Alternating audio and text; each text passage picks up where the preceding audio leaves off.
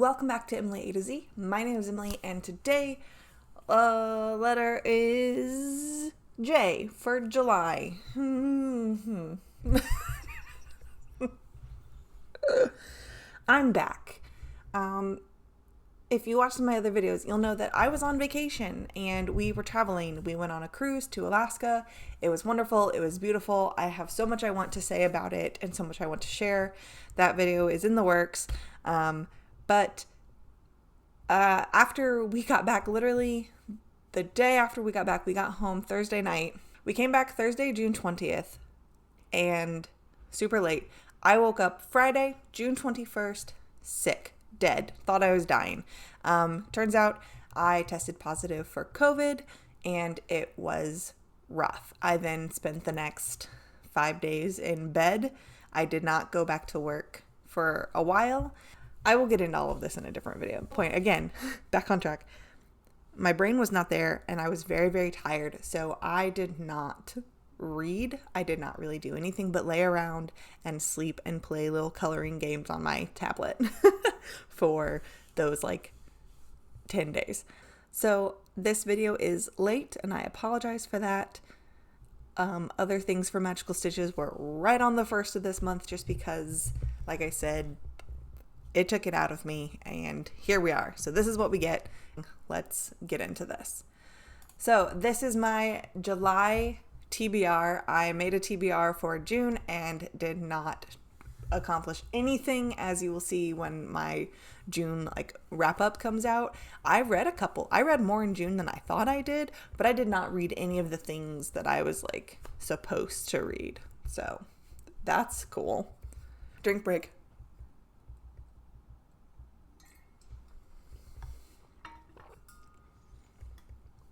Stay hydrated.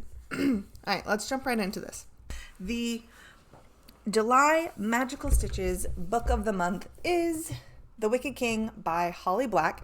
This is book 2 in the Folk of the Air trilogy, and this is about 5 months after the events of Cruel Prince. So this is... Jude has bound the Wicked King Cardan to her and made herself the power behind the throne. Navigating the constantly shifting political alliances of Fairy would be difficult enough if Cardan were biddable, but he does everything in his power to humiliate and undermine her. When it becomes all too clear that someone close to Jude means to betray her, Jude must uncover the traitor and fight her own complicated feelings for Cardan to maintain control as a mortal in a fairy world. So, like I said, book number 2, this is following the events of the first book, and it's not a spoiler. It opens and tells you we're about 5 months after the Cruel Prince ended. So that is July's book. Moving on. So then next up for that is our color cover challenge. So the cover of your book needs to be a specific color. I always give 3. If you're here every month, you're like, yes, you're explaining this. Why? This is because if you're just now joining or if you're interested, I don't want you to feel like you have no idea what I'm talking about. And we're halfway through the year. Maybe you need a little refresher. Maybe you just want to join in on the reading. And that's why I do this as just its own little video. So here we are. But every month I pick 3 different colors, and one of those colors needs to be the primary color of your cover. So this month is bright blue, red, or bronze, not white. Yes, it's July, but I didn't do that. So, and then because I am a merciful God, I try to always give at least 3 options for each of my tasks or each of my prompts, just to show you some available titles, or to, if you absolutely have no idea what to pick, maybe I've grabbed something that sounds interesting to you. I try and grab a variety of titles in different genres and subjects, just so that I can show a little bit of everything. Like I said, in case you're just I got nothing, maybe one of these will grab your eye. And also just to encourage you, I found all of these at my library and or I was given them as gifts, so it is possible to find these things. So first up, for bright blue, I have In at the Deep End by Kate Davies. Kate Davies. This is bright blue. It's got an eye on the cover. What is this about? This is A deliciously disarming debut novel about a 20-something Londoner who discovers that she may have been looking for love and pleasure in all the wrong places, i.e. from men. Excellent. I love that. Basically, it looks like this is going to be all about sex, and specifically her like LGBTQ plus awakening, and I'm here for that. I had no idea that that's what this book was about, but here we are. Good for her. I guess that's what that is. Next up, this is a YA novel called Challenger Deep by Neil Shusterman. I have heard of this author. Have I read this author? I don't know. Maybe. Let's find out. This is about a boy named Caden, spelled differently than how we spell my son's name. Caden Bosch is on a ship that's headed for the deepest point on Earth, Challenger Deep, the southern part of the Marianas Trench. Caden Bosch is a brilliant high school student whose friends are starting to notice his odd behavior. Caden Bosch is designated the ship's artist in residence to document the journey with images. Caden Bosch pretends to join the school track team but spends his days walking for miles, absorbed by the thoughts in his head.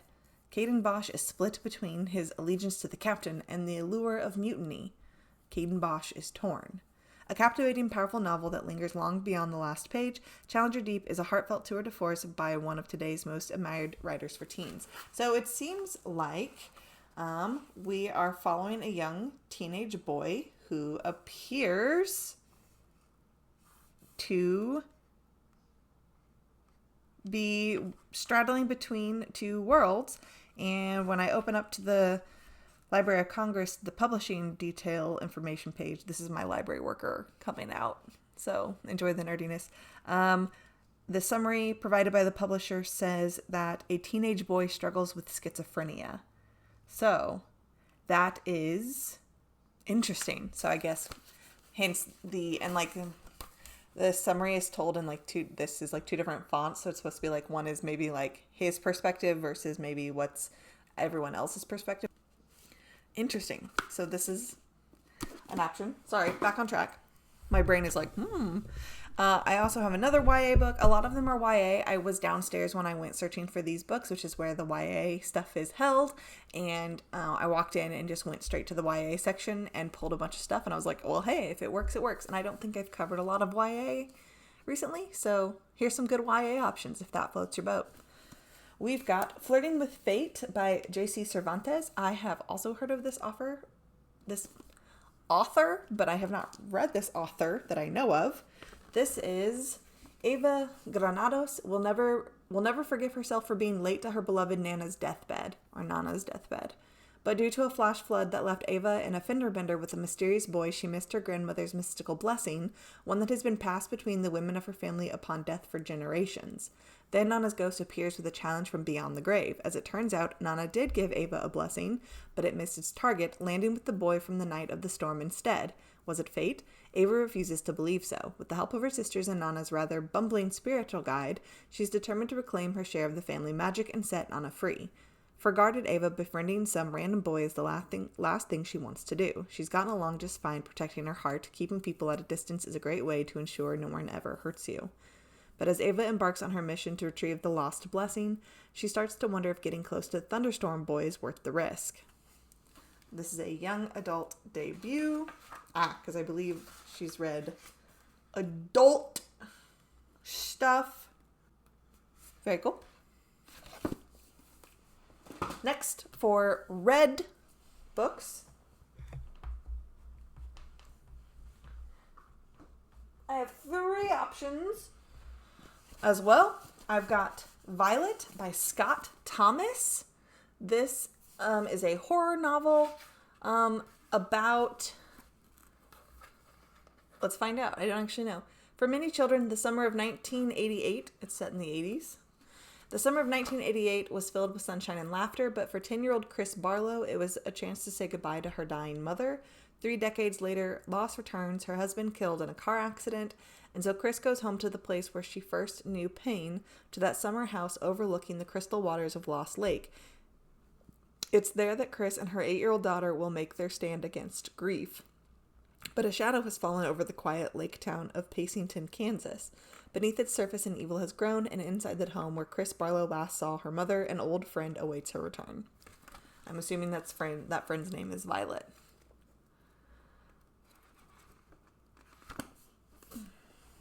I can't look at every single book like this. It's going to take forever. Next, I have a YA book called Monday's Not Coming by Tiffany Jackson. Tiffany D. Jackson. I have read her before. She has written Allegedly and a couple other things, and I have read Allegedly. That book messed me up for a while. I think this book has a broken spine. It does, which means I'm going to have to take it back to work and fix it because I do the book mending. Crazy, I know, crazy. Monday's Not Coming. This is the story of how my best friend disappeared, how nobody noticed she was gone except me, and how nobody cared until they found her 1 year later. Monday Charles is missing and only Claudia seems to notice. Claudia and Monday have always been inseparable, more sisters than friends. So when Monday doesn't turn up for the first day of school, Claudia starts to worry. When she doesn't show for the second day or the second week, Claudia knows that something is wrong. Monday wouldn't just leave her to endure tests and bullies alone. With her grades on the line, Claudia needs her best and only friend now more than ever. But Monday's mother refuses to give Claudia a straight answer, and Monday's sister April is even less help. Monday and April. As Claudia digs deeper into her friend's disappearance, she discovers that no one seems to remember the last time they saw Monday. How can a teenage girl just vanish without anyone noticing that she's gone? This is her second novel, so that's why I'm like, I've only read the one, because she'd only written one at this point. This is her second book. Monday's Not Coming. It does sound very interesting. I've heard of it, and I do think I want to read it eventually, just not right now. I have a different book picked, and you'll probably guess because it's got my bookmark in it. This is my choice. I will be reading a red cover. This is The Rook by Daniel O'Malley. It says, On Her Majesty's Supernatural Secret Service. This was a gift to me from my sister. It was one of her Christmas gifts to me a couple years ago. And this is following Miffany Thomas, who awakes in a London park surrounded by dead bodies. With her memory gone, she must trust the instructions left by her former self in order to survive. She quickly learns that she is a rook, a high-level operative in a secret agency that protects the world from supernatural threats. But there is a mole inside the organization, and this person wants her dead. Battling to save herself, Miffany will encounter a person with 4 bodies, a woman who can enter her dreams, children transformed into deadly fighters, and a terrifyingly vast conspiracy. Suspenseful, blah, blah, blah, blah. It's a debut novel. I only know how the person pronounces their name, because it's spelled, because it's Welsh, Myfanwy, and they gave us a pronunciation guide in the book, and they flat out tell us that it is not the traditional Welsh pronunciation. It's like a bastardized, Americanized pronunciation, and she calls herself Miffany, because that's like what it looks like. Myfanwy, Miffany. And I hate that because I looked up the Welsh pronunciation before I started this book because I wanted to try and like say it correctly. And the Welsh pronunciation is along the lines of like Manonwy. It's kind of French, Manonwy. And that like pissed me off immediately. So I'm already kind of against the book where I'm like, why would you use a Welsh name meaning like lovely little thing and then distort it? I don't know. I need answers. Why would you do this? Hey, there's a bunny on the spine. Anyways, next is bronze book covers. Okay, now I recognize some of these are a little more gold than bronze, and I'm not going to lie to you. Bronze was hard for me to find in just a quick like 10-15 minute search. I did not give myself a bunch of time. I go in and I just do a quick browse, but I did get a lot of this from like the sci-fi section because I assumed that I would get more metallic looking covers from science fiction sections. That's probably in fantasy, sci-fi, mystery, thriller. I don't know. That's what I'm basing it on. But so I've got this sci-fi book, this science fiction. It's in the science fiction category. This is The Mystery at Dunvegan Castle by T.L. Huckhu. I have no idea if I'm saying that name right. Huckhu. I don't classify these. Someone else does. So if it's not, don't get mad at me. This is, she came for magic. She stayed to solve a murder. If that's not a great tagline, I don't know what is. That's my life. Everyone's favorite 15-year-old ghost talker, Ropa, arrives at the Worldwide Society of Skeptical Inquirers biennial conference. That's not even half the sentence. Favorite 15-year-old ghost talker Ropa arrives at the Worldwide Society of Skeptical Inquirers biennial conference just in time to be tied into a mystery, a locked room mystery if an entire creepy haunted castle on lockdown counts. One of the magical attendees has stolen a valuable magical scroll. Caught between Cosmos, I'm assuming it might be Cosmos, but it's got a Q. Cosmos, the High Wizard of Ethiopian magic, the larger-than-life Lord Sashvindu Samarasenge. I probably should have read some of this before this. England's Sorcerer Royal, and Scotland's own Edmund MacLeod. It's up to Ropa and Jomo and Priya to sort through the dangerous secret politics and alliances to figure out what really happened. But she has a special tool, the many ghosts tied to the ancient powerful castle. This almost reads like it's the second book of something. That it's... Oh, if I had just opened it. Edinburgh Nights, book 3. So maybe don't start with this one. And hence why I'm like, what is happening in this summary? Book 1 is called The Library of the Dead. But here we go. Bronze. It looks more bronze in my camera, so I'm going to count it. Then I have this sci-fi. This is called The Dragon's Legacy by Deborah A. Wolfe. This looks very cool. Sorry, I feel like I forget where my camera actually is angled. This is... In the heart of the singing desert, the people are fading from the world. Mothers bear few live children. The warriors and wardens are hard-pressed to protect those who remain. And the Vashai, the great cats who have called the people Kithrin for as long as there have been stories, bond with fewer humans each year. Hang on, we've got large cats bonding with humans? Are we talking like saber-toothed tigers? What? High above, the sun dragon sings a song of love and life, while far below, the earth dragon slumbers as she is since the beginning of time. Her sleep is fitful, and from the darkness of her dreams come whispers of war and death.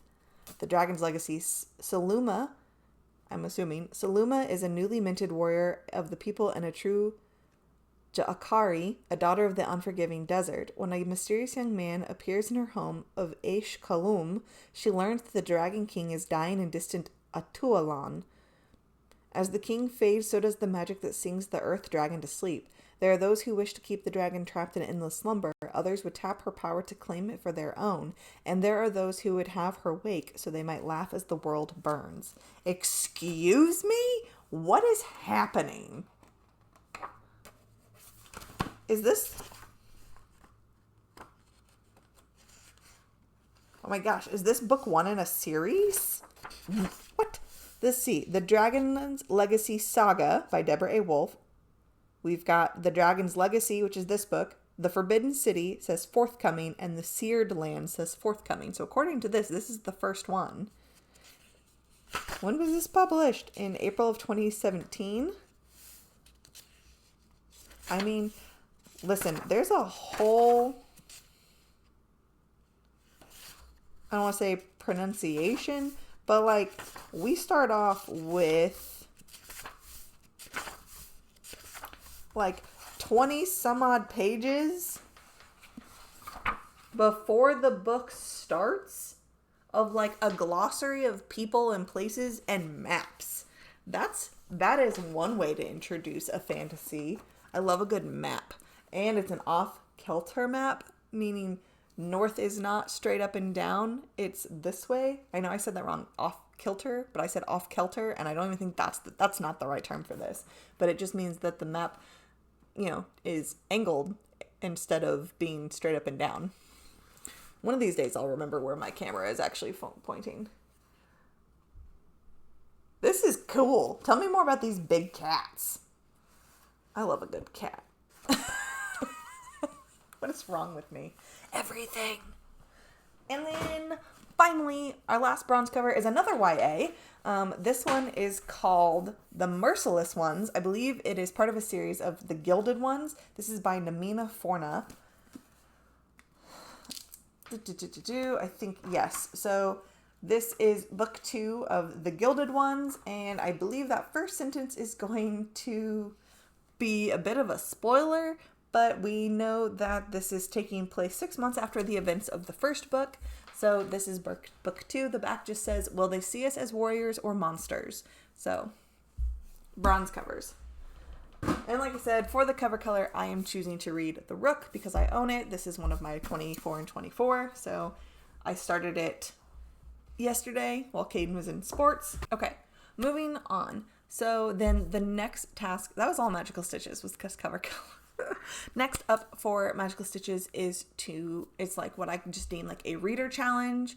It's, something that you typically find, and I assume like a standard just reading, like summer reading program kind of challenge, right? Or like your year-long reading challenge, like fun little task prompts. So for the month of July, this one is to read a book that has been adapted into a movie or TV series.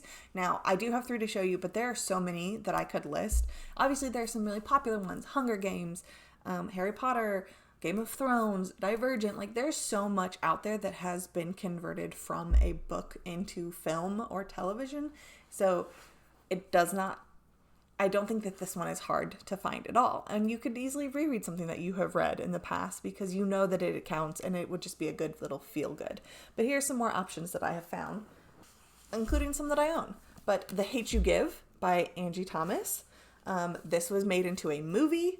This is all about Star Carter. She is a 16-year-old girl.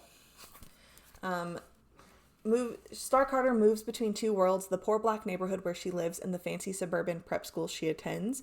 The uneasy balance between the worlds is shattered when Star witnesses the fatal shooting of her childhood best friend Khalil at the hands of a police officer. Khalil was unarmed.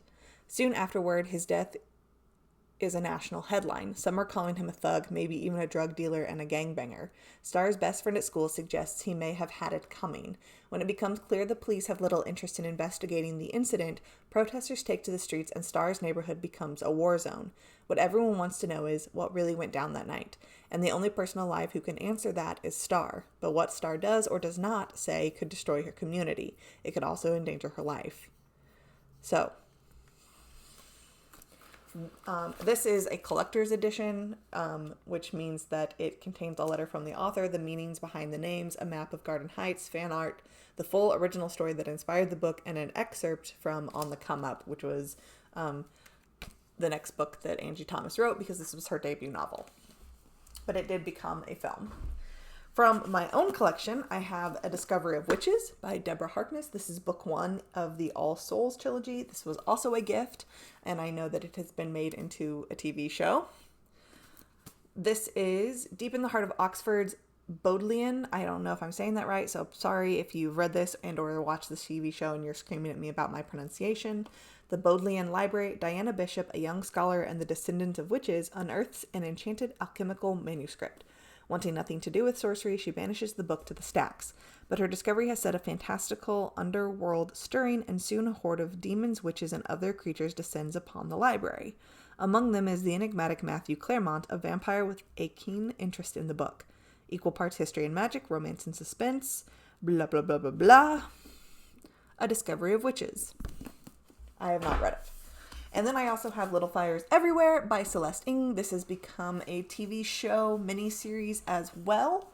And this is in Shaker Heights, a placid, progressive suburb of Cleveland. Everything is planned, from the layout of the winding roads to the colors of the houses to the successful lives its residents will go on to lead. And no one embodies this spirit more than Elena Richardson, whose guiding principle is playing by the rules. Enter Mia Warren, an enigmatic artist and single mother who arrives in this idyllic bubble with her teenage daughter Pearl and rents a house from the Richardsons. Soon, Mia and Pearl have become more than tenants. All 4 Richardson children are drawn to the mother-daughter pair. But Mia carries with her a mysterious past and a disregard for the status quo that threatens to upend this carefully ordered community. When old family friends of the Richardsons attempt to adopt a Chinese-American baby, a custody battle erupts that dramatically divides the town and puts Mia and Elena on opposing sides. Suspicious of Mia and her motives, Elena is determined to uncover the secrets in Mia's past, but her obsession will come at unexpected and devastating costs. This was also a gift, only my husband bought this for me for Christmas a few years ago, and this is my pick for something that has been adapted into a movie or television show. And then finally, our last Magical Stitches prompt is always a title challenge. So there I spin a wheel that I had populated 7 months ago at this point, 6-7 months ago now, with random words. Caden picked a couple. I have blindly put them on there. I can't see what they are anymore. I don't remember what they are anymore. And then I spin the wheel. It gives me a word, and then that word has to be in the title of a book that you read. It can't be made plural. If it is not plural, it has to be the word that it is. So this month's word is club, C-L-U-B, club. So not clubs, plural, nothing like that. It has to be its own word. I have 3 choices for you. First up, I've got this thriller, The Club by Ellery Lloyd. This apparently was a part of a Reese's book club pick.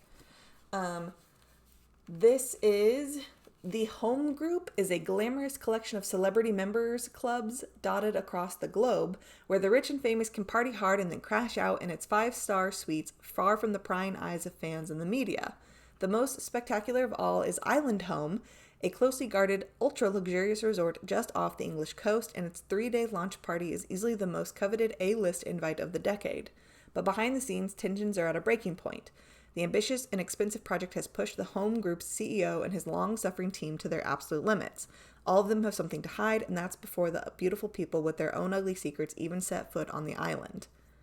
As tempers fray and behavior worsens, as things get more sinister by the hour and the body count piles up, some of Island Home's members will begin to wish they'd never made the guest list.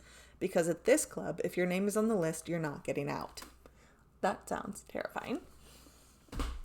I believe this is a cozy mystery. This is the Marlowe Murder Club. And it says, These Ladies Take Death Seriously by Robert Thorogood. And it is a crossword. This is... It just sounds so silly, but I love that. To solve an impossible murder, you need an impossible hero. Judith Potts is 77 years old and blissfully happy. She lives on her own in a faded mansion just outside Marlowe. There's no man in her life to tell her what to do or how much whiskey to drink, and to keep herself busy, she sets crosswords for the national newspapers. One evening, while out swimming in the Thames, I can never remember if it's Tim or Thames, Judith witnesses a brutal murder. The local police don't believe her story, so she decides to investigate for herself and is soon joined in her quest by Susie, a salt-of-the-earth dog walker, and Bex, the prim and proper wife of the local vicar. What?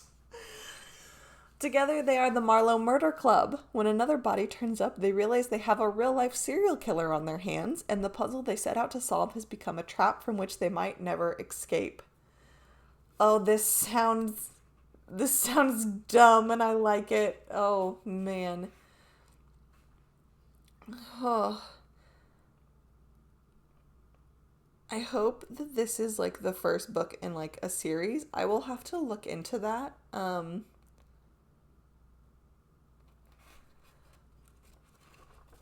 Because I might have to look into this series. I don't read a lot of cozy mysteries, but this just sounds... The premise of an old lady who just wants to be left alone and drink whiskey is what I feel like I'm going to be as an old lady, and I love that. So I'm going to look into this, and you might see this again as part of outside of my comfort zone, because I don't read a lot of cozy mystery, but this just seems like it would be good. And then finally, I have a romance. This is called The Bromance Book Club by Lissa K. Adams. And this is the first rule of book club: you don't talk about book club. Nashville legend's second baseman Gavin Scott's marriage is in major league trouble. He recently discovered a humiliating secret. His wife, Thea, has always faked the big O. When he loses his cool at the revelation, it's the final straw on their already strained relationship.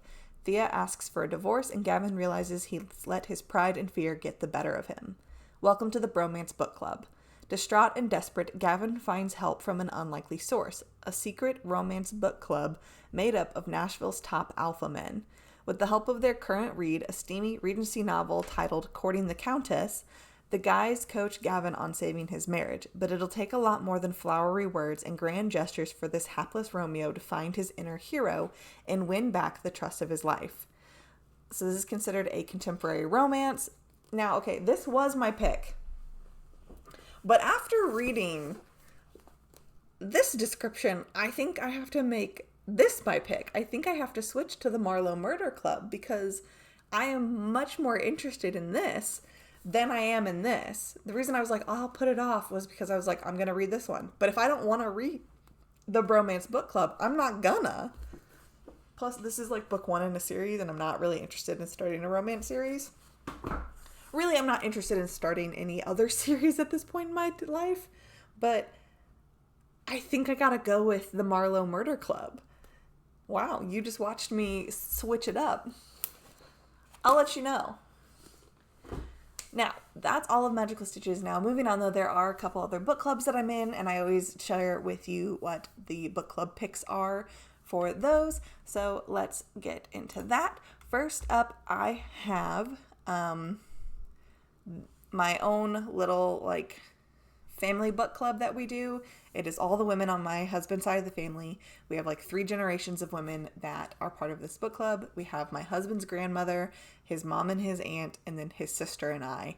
And we take turns every month picking a different book. This month, I was wrong. It is not his mother. It is his aunt. His aunt picked the book. But remember, if you watch that video, I said, oh, it's his mom, and she usually picks historical women's fiction. Wrong person. Right genre, though.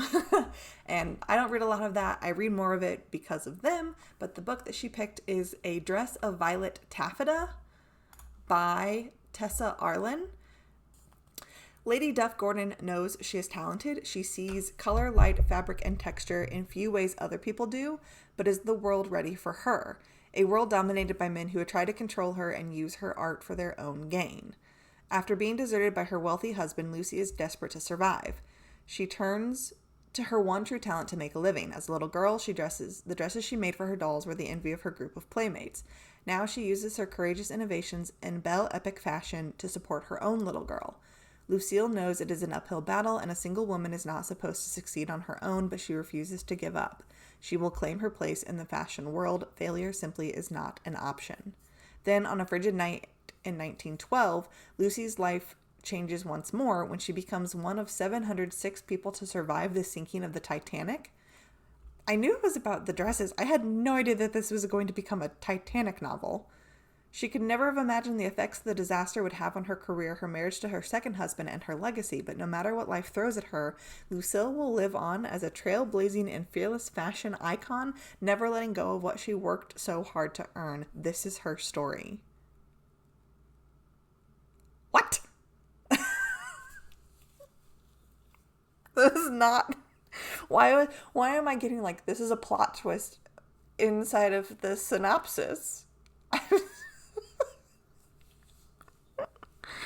Two of the women in the book club have already read it, his aunt and his grandmother. His mom, his sister, and I have not read it because we can't get our hands on a copy. We're also all spread out across the states.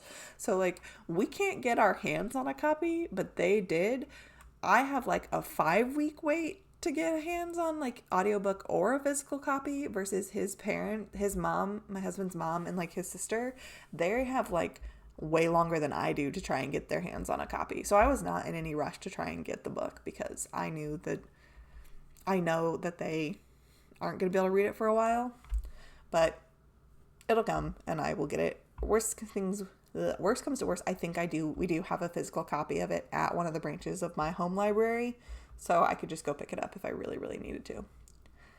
Meh.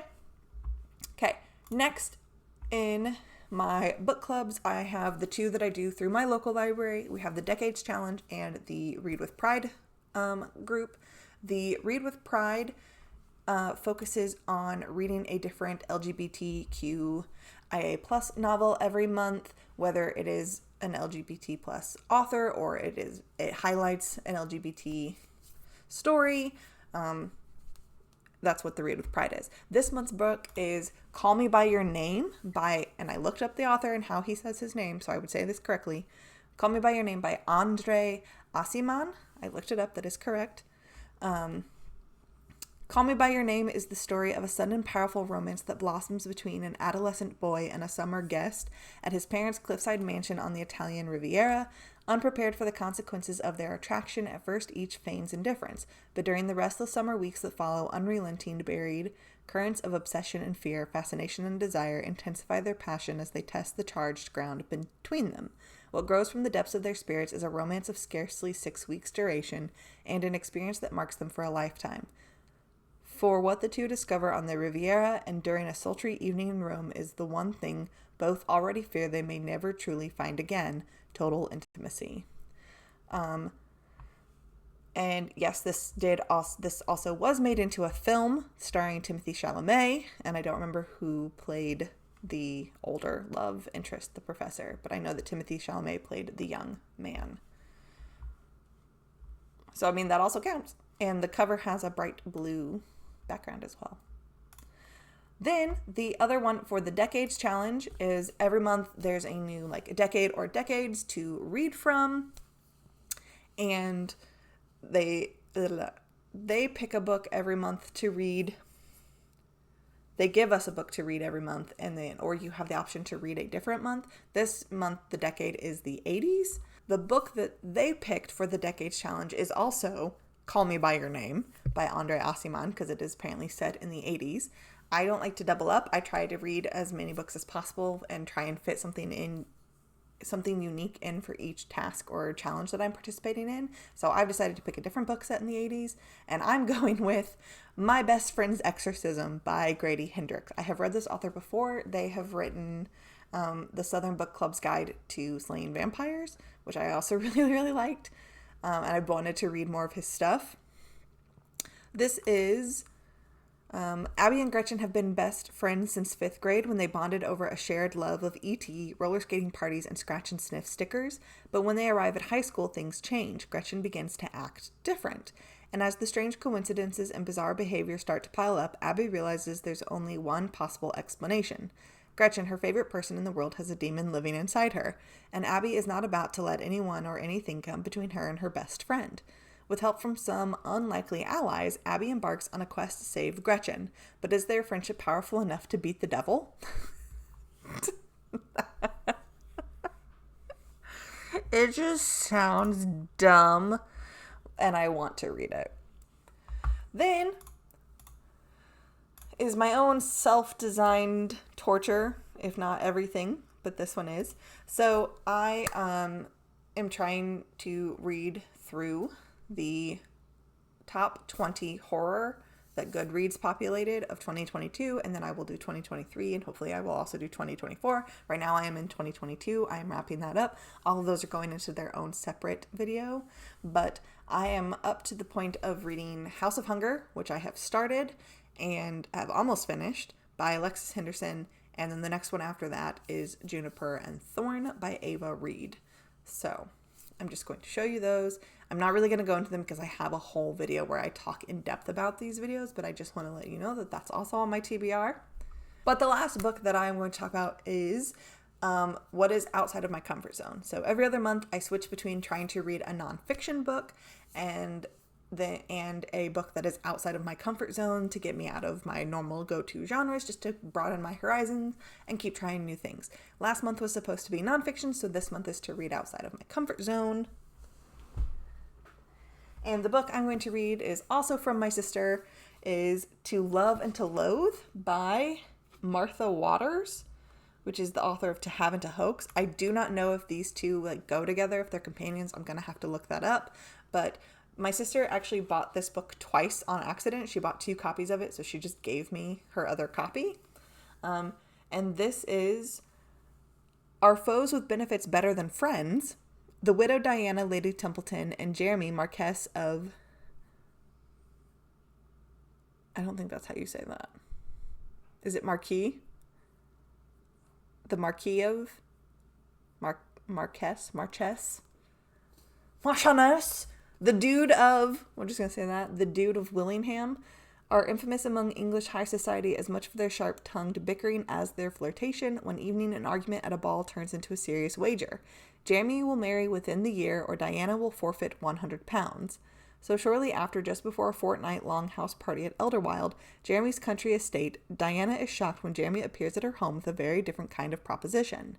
After his latest mistress unfavorably criticized his skills in the bedroom, Jeremy suggests that they embark on a brief affair while at the house party. Jeremy can receive an honest critique, and Diana can use the gossip to signal to other gentlemen that she is interested in taking a lover. Diana believes the proposal could only help her win her wager, and so with marriage on the mind, she heads to Elderwild. But while Diana and Jeremy are busy making bets, they stand to lose their own hearts. I don't read period dramas, I don't read historical fiction, and I really don't read a lot of romance, so here we go. I can't say I'm particularly excited about this book, but it was free. My sister gave it to me, and I told her I would read it. So here we are. Hopefully I don't have to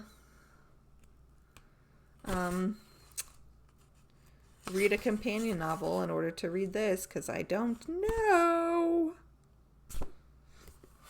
But that's that. And so this wraps up this very long video of all the things I want to try and read in the month of January. Thank you so much for being here. If you're still here, it was hella long, but thank you. I will catch you all very, very soon. In the meantime, happy watching, happy listening, happy reading, happy stitching, happy listening. I already said that one. Happy doing whatever it is that makes you happy doing. I will catch you in my next video. Be easy with your hearts.